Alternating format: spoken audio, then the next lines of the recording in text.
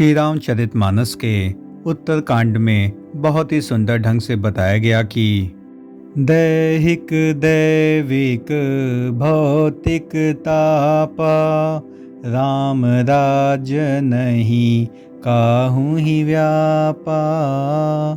दैहिक दैविक भौतिक तापों से त्रस्त इस संसार में प्रभु श्री राम ही एकमात्र आशा हैं, जिनके कल्याणकारी राज्य में सभी प्राणी सुखी एवं संपन्न थे, किसी को किसी भी प्रकार का कष्ट नहीं था।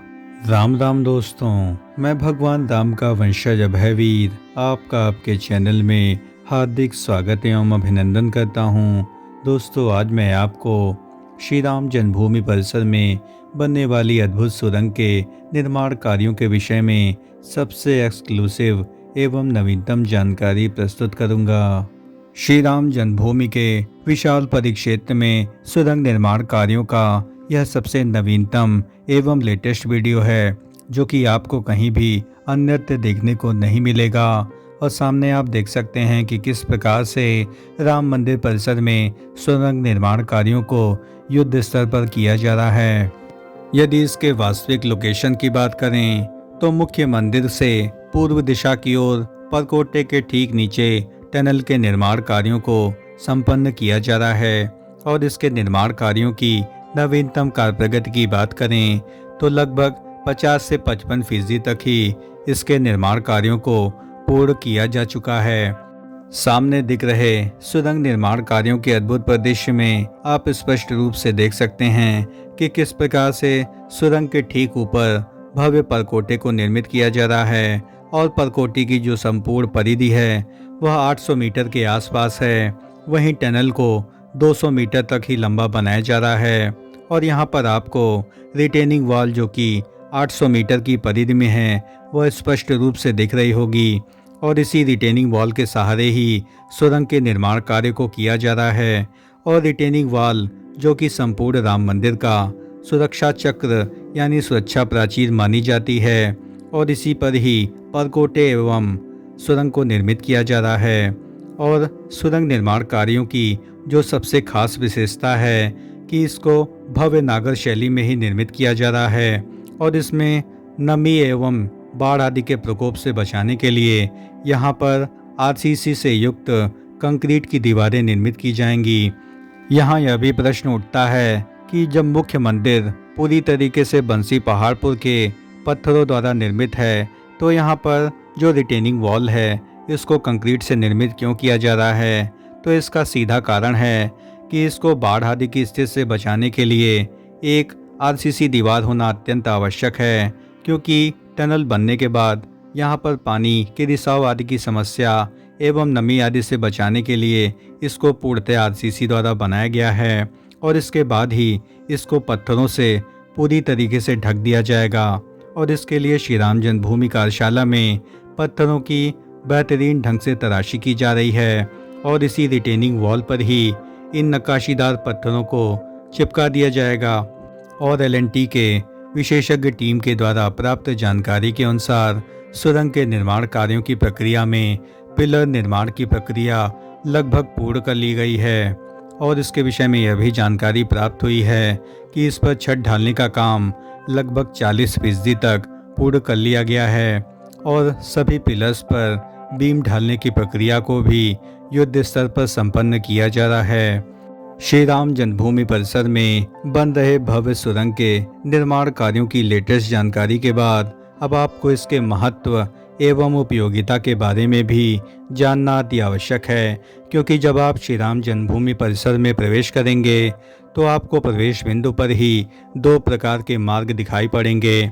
और इन मार्गों का अलग अलग महत्व बताया जा रहा है।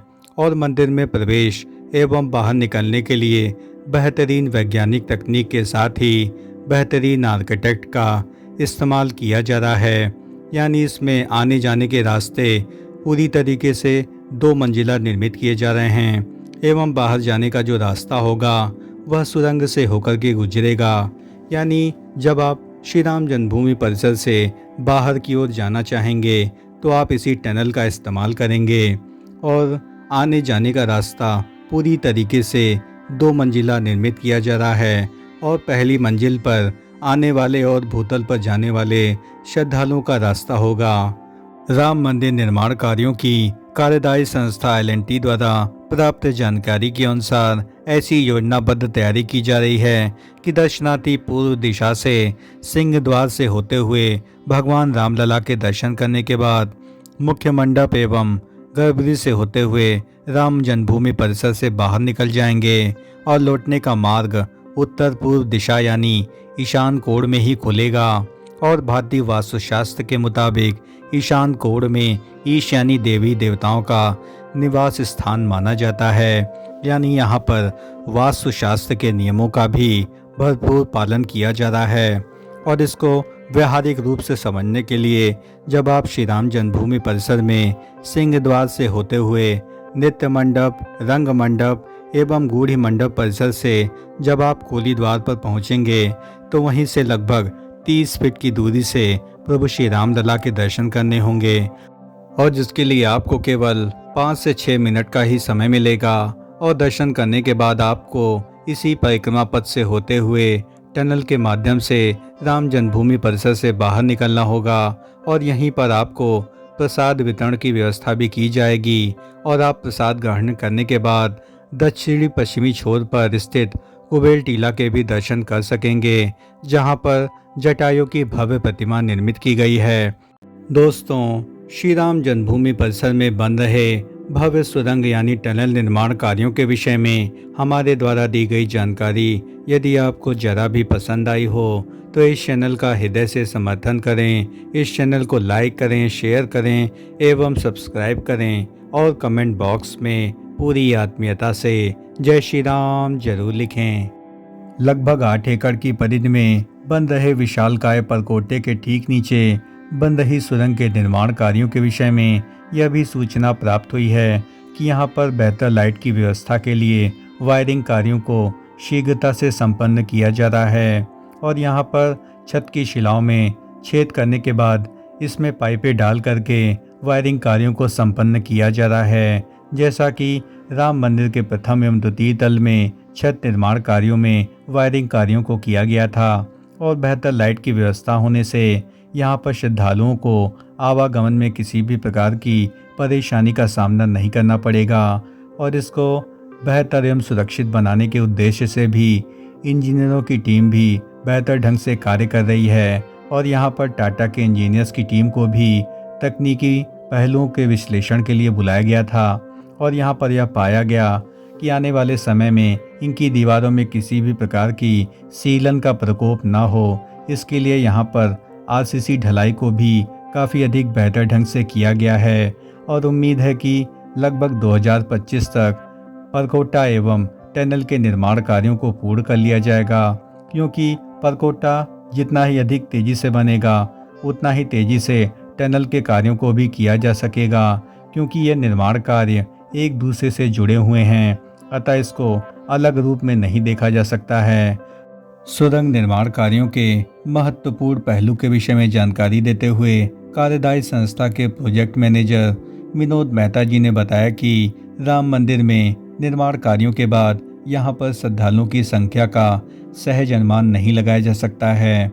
और इस परकोटे को जो कि निर्मित हो रहा है, इसमें लगभग 1.5 लाख दर्शनार्थियों की क्षमता के अनुरूप ही इसको निर्मित किया जा रहा है। और वहीं परकोटे से होकर ही आपको मंदिर तक आना होगा। और जो दर्शनार्थी परिक्रमा करेंगे और जो परकोटे के अंदर आ रहे हैं, उनमें किसी भी प्रकार के टकराव की स्थिति ना हो, इसके लिए पूर्व दिशा की ओर इस सुरंग का निर्माण कार्य किया गया है। आप सभी को जानकर आश्चर्य होगा कि योजना से पूर्व यहाँ पर भव्य गोपुरम द्वार का निर्माण कार्य होना था और इसी गोपुरम द्वार के ठीक नीचे सुरंग के निर्माण कार्यों को किया जाना था, लेकिन इसे आनन फानन में निरस्त किया गया और इस टनल के ऊपर परकोटा पर ही एक भव्य प्रवेश द्वार बनाया जा रहा है। और वर्तमान में लगभग 60% के आसपास प्रवेश द्वारों को बनाया जा चुका है।